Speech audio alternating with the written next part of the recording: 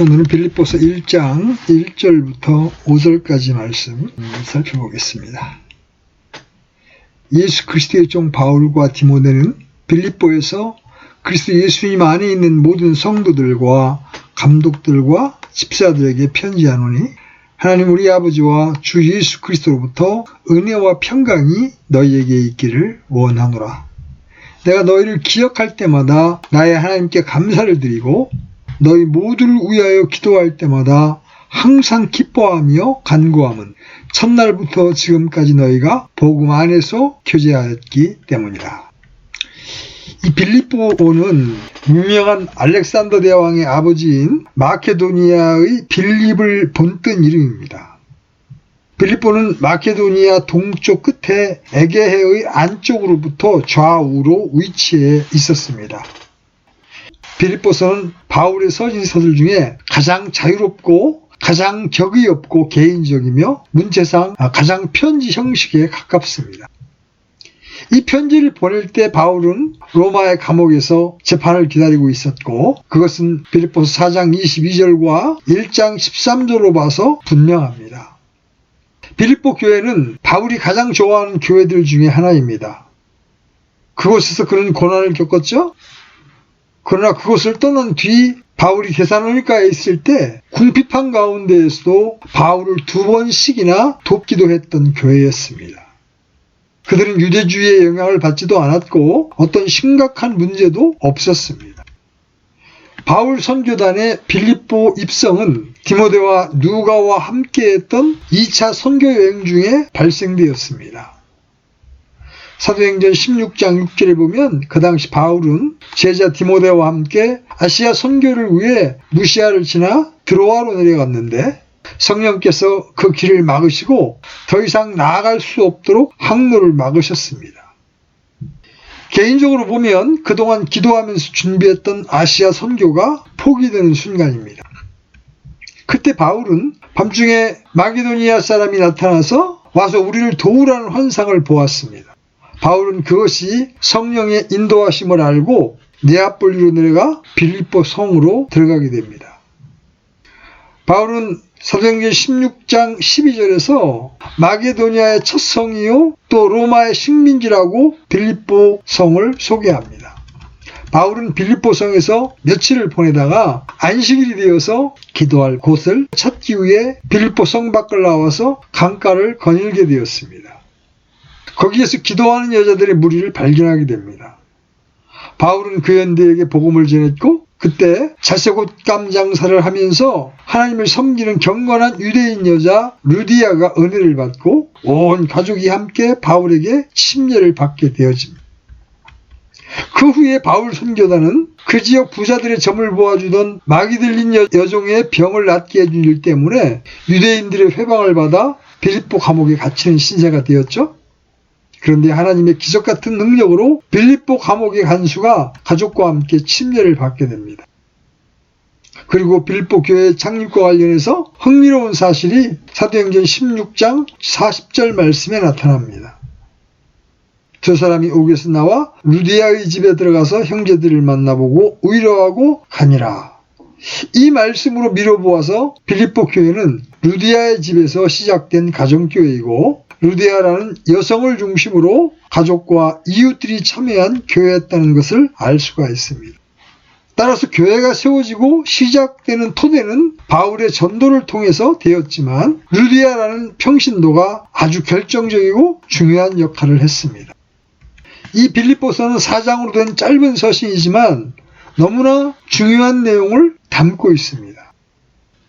첫째로 빌립보서에는 아주 순수한 기독론 교리가 들어있습니다.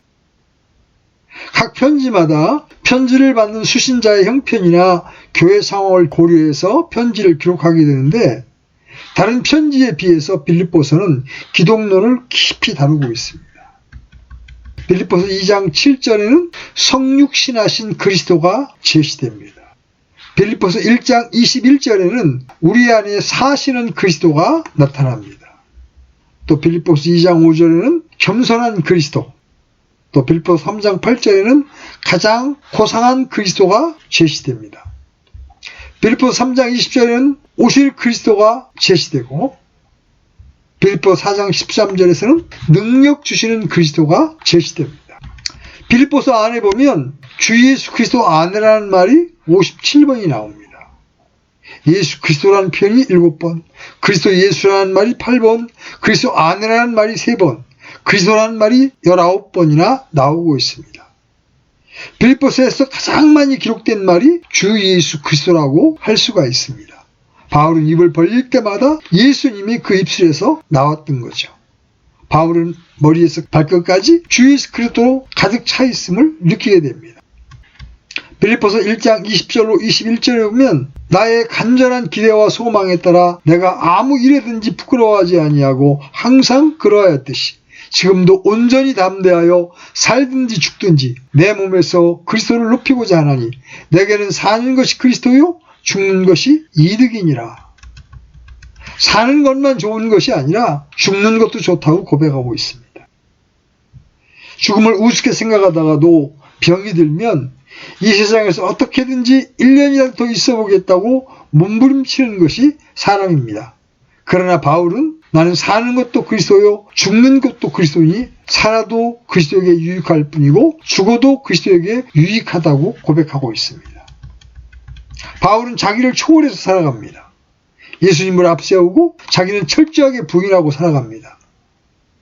우리는 얼마나 자기 중심적으로 살 때가 많습니까? 바울의 신앙 고백에 비하면 참으로 부끄러운 삶이 아닐 수 없습니다. 두 번째, 빌립보서는 고난을 이기는 기쁨을 얻을 수 있기 때문에 중요합니다. 참으로 힘든 고난을 초월하고 믿음으로 극복하는 그 벅찬 감격과 기쁨이 빌립보서 안에 담겨져 있습니다. 그래서 여러분도 이 빌립보서의 내용을 듣기만 하지 마시고 날마다 읽고 묵상하고 때로는 암기도하면서 말씀을 보시면 고난이 주어질 때마다 말씀의 능력으로 승리하게 될 줄로 믿습니다. 오늘날은 모든 것이 풍요한 세대이지만 예수님을 믿는 신자에게는 영적인 도전들과 고난이 더 심하게 다가오는 시대라고 할 수 있습니다. 고난도 자꾸 받으면 믿음이 약해지게 마련입니다. 하지만 저와 여러분은 빌립보서의 말씀을 통하여 고난은 언제나 있지만 이 고난 가운데에서 승리를 주시는 하나님의 큰 능력을 체험하고 찬양하는 일들이 더 많이 일어날 수 있도록 기도해야 할 것입니다. 세 번째로 빌립보서는 소망적인 복음을 담고 있기 때문에 중요합니다. 빌립보서 전체가 항상 긍정적이고 희망적이고 창조적인 세계를 바라보고 있습니다. 우리는 현실 속에 발을 딛고 살고 있기 때문에 현실의 문제만을 끌어안고 힘들어할 때가 있습니다. 그러나 하나님은 우리가 현실의 문제가 아니라 현실의 문제 뒤에 계시는 영생과 천국을 바라보고 소망하기를 원하십니다. 그래서 믿음이 연약한 자는 늘 급하고 분주한 일에 마음이 빼앗기고 근심하고 힘들어합니다. 그러나 믿음이 굳건한 사람은 항상 긍정적이고 희망적이고 창조적인 마음으로 삶을 살아갑니다. 왜냐하면 하나님이 늘 함께 하심을 믿기 때문입니다. 내 힘으로 하면 절망적이고 낙심되고 힘들지만 하나님이 함께 하시고 하나님의 능력으로 일을 하면 모든 것이 합력하여 선을 이루기 때문입니다.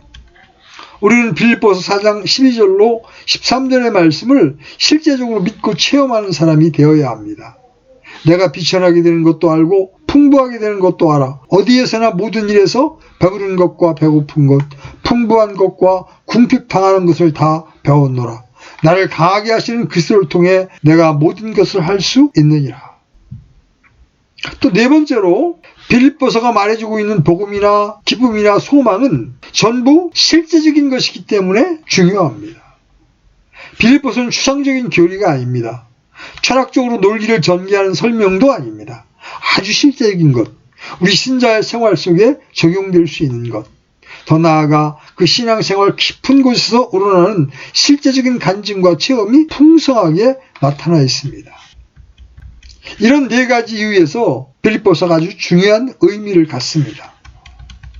우리가 잘 아는 것처럼 이 빌립보서는 옥중서신이죠. 바울이 감옥에서 쓴 편지입니다. 사도 바울이 감옥에서 쓴 편지가 4개가 있습니다. 에베소서, 빌립보서, 골로새서, 빌레몬서입니다. 제가 에베소서에 이어서 빌립보서를 지금 살펴보고 있는 이유가 여기에 있습니다. 사도가 그 어려운 감옥에서 투옥되어 있으면서도 성도를 생각하면서 우리 삶 속에 복음의 능력이 어떻게 나타날 수 있는가를 보여주는 그런 옥중서신이기 때문에 오늘 사는 우리에게 매우 귀한 메시지가 되고 있는 겁니다. 바울은 지금 로마 감옥에 갇힌 몸으로 이 편지를 기록하고 있습니다. 바울은 자신의 석방을 위해서 기도해달라거나 자신의 건강을 위해서 기도해달라고 말하지 않습니다. 오히려 그는 감옥에 있으면서도 기뻐하라고 빌립보 성도들에게 그리고 오늘을 사는 우리에게 말해주고 있는 겁니다. 이것이 바로 복음의 능력입니다. 바울은 언제 죽을지 모르는 위험한 처지에 있죠. 언제 사형 선고를 받을지 모르는 그 위기의 순간에 있으면서 이 편지를 쓰고 있는 겁니다. 미래의 생명을 예측할 수 없는 가운데 빌립보 성도들에게 이 편지를 쓰면서 우리가 기뻐해야 할 그리스도를 제시해주고 있는 것입니다. 또 이 빌립보 교회에 보낸 이 편지 속에는 어떤 권면이나 특별한 충고가 없습니다. 에베소서나 갈라디아서는 물론 고린도서 같은 것은 교리적인 면이나 혹은 생활면에서 그 교회의 잘못된 바를 일일이 지적하고 있습니다. 심지어 사람의 이름까지 지적해가면서 이것이 잘못되었다. 이것은 끊어라. 이런 식으로 바로잡아야 한다. 이렇게 책망하라. 이러이러한 사람은 내쫓으라. 이런 식의 강한 권면의 말씀이 있습니다. 그러나 빌립보서는 사랑스러운 말로 시작해서 사랑스러운 말로 끝나고 있습니다. 이런 면에서 우리에게 적용할 부분이 많이 있습니다. 교회가 분열되고 서로 반대하고 책망하는 이유는 오직 한 가지죠. 교회 속에 성도의 마음 속에 예수 그리스도가 없기 때문입니다. 나 같은 죄인도 사랑하시고 나를 위하여 십자가에서 피 흘리시고 죽으신 예수님의 그 깊은 사랑을 잊고 살기 때문입니다. 바울은 이 빌립보서에서 계속 기뻐하라는 이야기를 하고 있습니다. 끝으로 나의 형제들아 주를 기뻐하라. 항상 주를 기뻐하라. 내가 다시 말하노니 기뻐하라. 여러분, 예수님의 제자가 되어 예수님을 닮아가려고 노력하다 보면 때로는 고난도 받게 되고 또 때로는 아무 죄 없이 감옥에 갇혀있는 사도 바울처럼 외롭고 서글플 때도 있을 것입니다. 그러나 우리는 기뻐해야 합니다. 왜냐하면 그 순간에도 주님은 우리와 함께 하시기 때문입니다. 영원한 승리가 되신 예수 그리스도께서 우리와 함께 하시기 때문입니다. 또 나를 위하여 함께 기도하고 신앙생활을 하는 성도가 옆에 있기 때문입니다. 우리는 주님을 기쁨으로 섬겨야 합니다. 뿐만 아니라 우리 주변에 있는 지체 한 사람 한 사람을 기쁨으로 섬겨야 합니다. 교회가 주님 안에서 서로 기뻐하며 섬길 때 그 기쁨의 강물이 넘쳐서 이웃들에게도 주님의 복음이 전해진 역사가 일어나게 되는 것입니다. 자, 이제 본문을 보겠습니다. 1절입니다. 예수 그리스도의 종 바울과 디모데는 빌립보서 그리스도 예수님 안에 있는 모든 성도들과 또 감독들과 집사에게 편지하노니. 편지에 발신자와 수신자가 나옵니다. 빌립보서는 바울이 써서 빌립보 교회의 모든 성도들, 감독들, 집사들에게 보낸 것입니다. 신약 성경의 대부분이 편지입니다. 신약성경 27권 중에서 3권의 책, 마태복음, 마가복음, 요한복음을 제외한 누가복음부터 사도행전, 로마서에서부터 요한계시록까지 24권이 편지로 쓴 책입니다. 사도 바울은 다른 서신서에서는 자신의 신분이 사도임을 강조해 왔습니다. 그러나 여기서는 자신을 예수 그리스도의 종으로 묘사합니다. 사도의 구원의를 내세울 때는 가르침을 중시하는 것이고 종으로 묘사할 때는 섬김의 모습을 드러내는 것입니다. 사도로서 권위 있게 책망합니다. 고린도전서, 갈라디아서, 에베소서 이런 곳에서는 사도의 권위를 드러내고 있습니다. 반면에 빌립보서는 친구의 편지로서 자신을 종으로 묘사하고 있습니다. 그리스도 안에 있는 모든 지체는 직분의 차이는 있지만 모두 그리스도 안에 있는 형제 자매들입니다. 다른 지체를 섬기기 위하여 우리가 존재하는 것이죠. 우리는 모두 주님의 종입니다. 하나님은 자신이 종임을 인정한 자를 쓰십니다. 바울은 1장 1절에서 예수 그리스도의 종이라는 표현을 사용하고 있습니다. 이 두 번째 우리가 살펴볼 표현이 그리스도 예수 안에 있는 이 표현입니다. 모든 신자는 그리스도 예수 안에 있습니다. 이 부분은 다음 주에 조금 더 다룰 겁니다. 네, 여러분, 수신자를 기록한 바울의 방식을 보십시오. 우리의 천연적인 생각 같으면 목회자인 감독들이 편지의 수신자가 될 것이라고 우리는 쉽게 상상할 수 있을 겁니다. 그러나 바울은 그렇게 쓰지 않습니다. 성도들이 가장 먼저 나오죠. 그 다음에 감독들과 집사들이 등장합니다. 감독은 보호자 또는 점검자이죠. 장로란 단어도 이와 동일한 의미로 사용됩니다. 쉽게 말해서 감독은 양들을 먹일 의무가 있는 선정된 장로로 포도원의 감시자처럼 행동해야 합니다. 가톨릭과 감리교의 감독이란 직분은 성경에서 설명하는 감독과 전혀 상관이 없습니다. 모든 감독들과 장로들은 지역의 회중들을 감독하는 것을 돕고 지역마다 여러 명이 있었습니다. 오늘 본문에도 감독들이라는 복수가 등장합니다. 사실 단독 목회 또는 단임 목사 제도는 성경적 시스템은 아닙니다. 복수의 형제들이, 복수의 감독들이 주님을 머리로 해서 함께 주님을 섬겨가도록 설계되어 있는 겁니다. 또 여기 수신인 가운데 집사가 등장하죠. 집사는 섬기는 자인 시중 드는 자입니다.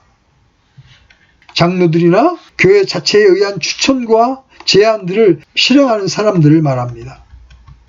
장로나 감독과 같이 집사는 영적인 일에 대한 영적 부르심이 있으며 감독과 집사의 요구 조건은 너무 유사하여 그 차이점을 정확히 구분하기가 힘듭니다. 집사들은 병원 방문, 기도 모임, 사람들을 환영하는 것, 사람들과 목회자 사이의 관계를 잘 유지하게 하는 것, 가난한 그리스도인들에게 물건을 나누어주고 돕는 일을 시행하는 것에서 지도자가 되어야 합니다. 자, 2절입니다. 2절 보시면 하나님 우리 아버지와 주 예수 그리스도로부터 은혜와 평강이 너희에게 있기를 원하노라. 이 구절은 사도 바울이 편지를 쓸 때마다 맨 처음에 쓰는 인사말입니다. 은혜와 평강이 너희에게 있을지어다. 베드로 역시 편지에 동일한 인사말을 합니다. 은혜와 평강은 우리가 주님으로부터 받는 선물입니다. 신의 산에 강림하신 주 예수님께서 율법을 수여하심으로 율법의 통치 시대를 여셨던 하나님께서 이 땅에 친히 육신을 입고 오심으로 은혜를 주셨고 은혜의 통치 시대를 여셨습니다. 이는 율법은 모세를 통해 주셨을 때 은혜와 진리는 예수 그리스도를 통해 왔기 때문이라. 예수 그리스도를 통해 은혜가 임했습니다. 우리가 다 그분의 충만하심에서 받았음에 은혜를 대체하는 은혜니 은혜 위에 은혜, 계속되는 은혜. 평강도 주님께서 우리에게 주시는 선물입니다. 내가 너희에게 평안을 주노니 곧 나의 평안을 너희에게 주노라. 이 험한 세상에 성도들이 의롭고 경건하게 주의 뜻대로 사는데 절대적으로 필요한 것이 바로 은혜와 평강입니다. 바울은 편지를 쓸 때마다 성도들에게 주께로부터 오는 은혜와 평강을 늘 기원했습니다. 누구에게 이 은혜와 평강이 임합니까? 겸손한 자에게, 하나님의 얼굴을 바라는 자들에게, 그리고 하나님께 모든 신뢰를 두는 자들에게 임하는 겁니다.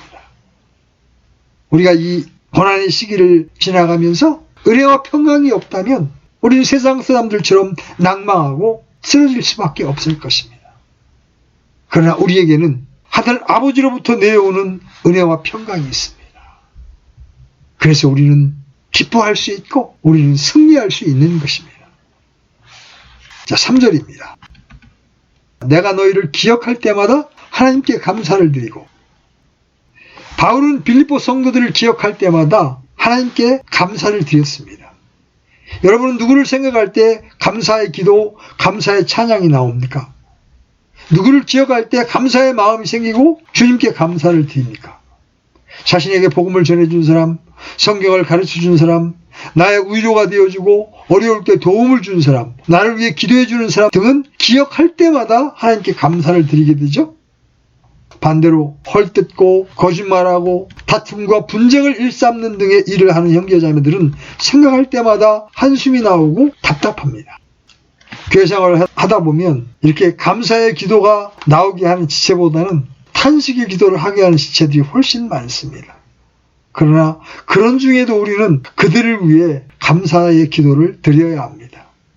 모든 일에서 언제나 어디에서나 누군가를 위하여 기도할 때 하나님께 감사를 드리는 것은 우리가 드려야 할 영적 희생물이며 하나님의 뜻입니다. 4절입니다. 너희 모두를 위하여 기도할 때마다 항상 기뻐하며 간구함은. 감사와 마찬가지로 기도도 기쁨으로 하는 기도와 탄식으로 하는 기도가 있습니다. 믿음 안에서 잘 자라는 그런 지체를 위하여 기도할 때는 기쁨으로 기도하게 됩니다. 반면에 하나님의 말씀에 순종하지 아니하고 정말 분열적이고 후욕을 즐기는 그런 사람들을 생각하며 기도할 때는 사실 기쁨의 기도가 나오질 않습니다. 탄식이 나올 뿐이죠. 바울은 사도로 세움을 받아 말씀을 전하는 전도자요, 성경을 가르치는 교사이면서 동시에 그는 강력한 기도의 사람이었습니다. 바울은 자기 자신을 위한 기도뿐 아니라 늘 성도들을 위해 중보했습니다. 누군가를 위해 기도하는 것은 성도로서의 의무이며 영적인 특권입니다. 바울은 옥중에서 사슬에 매여서도 밖에 있는 성도들을 위해 기도했습니다. 그러므로 우리도 항상 너희를 위하여 기도하면 우리 하나님께서 너희를 이 부르심에 합당한 자로 여기시고 자신의 선하심의 모든 선한 기쁨과 또 믿음의 일을 권능으로 성취하게 하려 하심이며, 우리는 서로가 서로를 위해 기도하라는 가르침을 받았습니다. 성도들은 기도를 통해서 믿음의 부족한 부분이 채워집니다. 기도를 통해서 하나님께서 자신의 뜻을 성취하시며 우리는 모든 지혜와 영적인 깨달음에서 가득 채워집니다. 하나님의 뜻, 하나님의 권능, 하나님의 일은 기도를 통하지 않고서는 우리 안에 이루어지지 않습니다. 주님은 우리를 위해 기도하십니다. 요한복음 17장 9절, 내가 그들을 위하여 기도하나이다. 내가 이 사람들만을 위해 기도하지 아니하고 그들의 말들로 인하여 나를 믿을 자들도 위해 기도하오니. 사도 바울은 자신이 성도들을 위해 기도할 뿐만 아니라 성도들에게 자신을 위해 기도해 줄 것을 간절히 부탁하고 명령했습니다. 바울은 기도할 때 억지로 힘들게 기도하는 것이 아니라 항상 기뻐하며 간구했다고 말합니다. 너희 모두를 위하여 기도할 때마다 항상 기뻐하며 간구함은. 이것이 기도의 자세, 태도, 마음가짐입니다. 기쁨을 가지고 기도하십시오. 짜증이나 불평이 가득한 기도는 기도가 아니라 저주가 될 수 있습니다. 우리는 기쁨으로 구하고 소망 가운데 인내하며 믿음으로 확신해야 합니다. 기도할 때 감사하며 구해야 합니다. 아무것도 염려하지 말고 오직 모든 일에서 기도와 간구로 너희가 요청할 것을 감사와 더불어 하나님께 알리라. 음식에 소금이 들어가듯이 기도에 감사가 들어가야 제대로 된 영적 희생물이 됩니다. 기쁨과 감사는 주께 드리는 영적 희생물의 가장 귀한 향과 맛을 내는 재료입니다. 성경은 우리에게 기도 중에 감사를 드리며 기도하라고 말합니다. 고로새 4장 2절, 항상 기도하고 기도 중에 감사를 드리며 깨어있으라. 데살로니가전서 1장 2절, 우리가 너희 모두로 인해 항상 하나님께 감사드리며 기도할 때에 너희에 관하여 말함은, 때로 매우 어려운 상황에 처해서 기도할 때 다급한 나머지 기쁨과 감사가 없는 기도를 드릴 때가 많습니다. 시편에도 주여 속히 나를 도우소서 이런 기도가 많죠? 그런 중에도 감사를 드리는 것을 잊지 말아야 합니다. 다니엘이 자신을 죽이려는 음모가 진행되는 중에서도 하루 3번씩 창문을 열어놓고 기도할 때 감사를 드렸습니다. 다니엘서 6장 10절입니다. 이제 그때의 다니엘은 그 조서에 도장이 찍힌 것을 알고도 자기 집에 들어가 자기 방에서 예루살렘을 향하여 창문을 열고 전에 하던 대로 하루에 3번씩 무릎을 꿇고 기도하며 자기 하나님 앞에서 감사를 드리더라. 이 말씀은 항상 기도하라, 모든 일에 감사하라는 실천적인 모델입니다. 자, 이제 5절에 보면 바울이 기뻐하며 간구한 구체적인 이유가 나옵니다. 5절 보십시오. 첫날부터 지금까지 너희가 복음 안에서 교제하였기 때문이라. 바울이 감옥에 갇혀서도 이렇게 기쁠 수 있는 이유는 그들이 첫날부터 지금까지 복음에 동참하였기 때문입니다. 빌립보 신자들은 올바른 곳에서 시작해서 올바른 곳에서 머물렀고 그들의 믿음의 경주에서 방해를 받지 않았습니다. 그들은 그들의 교제가 깨지지 않았다는 열매를 보여주었습니다. 바울이 그들과 지속적인 사귐을 가질 수 있었던 이유가 무엇입니까? 바로 복음 때문입니다. 빌립보 성도들이 바울을 돕고 지속적으로 기도하는 것 역시 복음으로 맺어진 영적 관계 때문입니다. 복음 안에서 교제란 성도의 영적 사귐, 진리의 사귐, 성령 안에서 갖는 사귐을 말합니다. 사람들의 사귐은 1차적으로 혈연을 바탕으로 합니다. 그 다음은 가까운 곳에 사는 사람을 중심으로 교제합니다. 그러다가 학교나 직장들을 통해 교제가 이루어지죠. 그리스도인의 교제는 어떻습니까? 복음 안에서의 교제입니다. 교제의 매개, 교제의 근거가 바로 복음입니다. 우리가 복음의 진리를 드러내는 이유가 무엇입니까? 바로 교제하기 위함입니다. 사도 요한은 요한일서 1장 3절에서 이렇게 말합니다. 우리가 보고 들은 그것을 너희에게 밝히 드러내면 너희 또한 우리와 교제하게 하려 함이니 참으로 우리의 교제는 아버지와 그분의 아들 예수 그리스도와 함께하는 것이니라. 우리의 교제라는 말씀에 주목하십시오. 교제의 요건은 빛 가운데 걷는 것입니다. 예수 그리스도를 믿는다고 하면서 불법을 행하고 죄 가운데 거하며 어둠 속에 걸으면 교제가 단절되고 분리해야 합니다. 여기 5절에서 아주 귀한 표현이 나옵니다. 빌립보인들이 복음에 동참했다고 말씀하고 있습니다. 복음에 동참한다는 것이 무슨 뜻입니까? 첫째로 바울이 전파했던 복음을 믿은 것입니다. 누군가가 제가 전하는 복음을 듣고 구원을 받았다면 그는 복음에 동참한 자가 되는 것입니다. 두 번째로 바울이 다른 사람에게 전파할 때 재정적으로 지원하는 것입니다.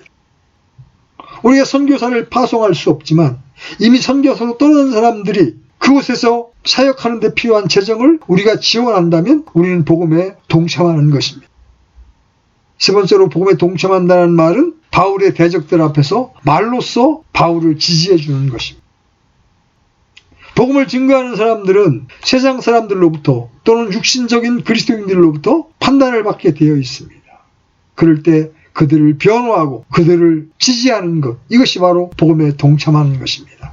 또 바울이 복음을 전파하는 것이 잘 되도록 기도하는 것, 전도의 문이 열리도록 또 그 입을 열어 담대하게 복음을 전할 수 있도록 하나님께서 은혜를 베푸시도록 기도하는 것, 이것도 역시 복음에 동참하는 것입니다. 또 무엇인가 잘못되어 갈 때 바울의 사역을 위해 염려하는 것, 그것 역시 복음에 동참하는 것입니다. 오늘 이렇게 짧게 1절부터 5절까지 바울의 인사말에 대해서 살펴보았습니다.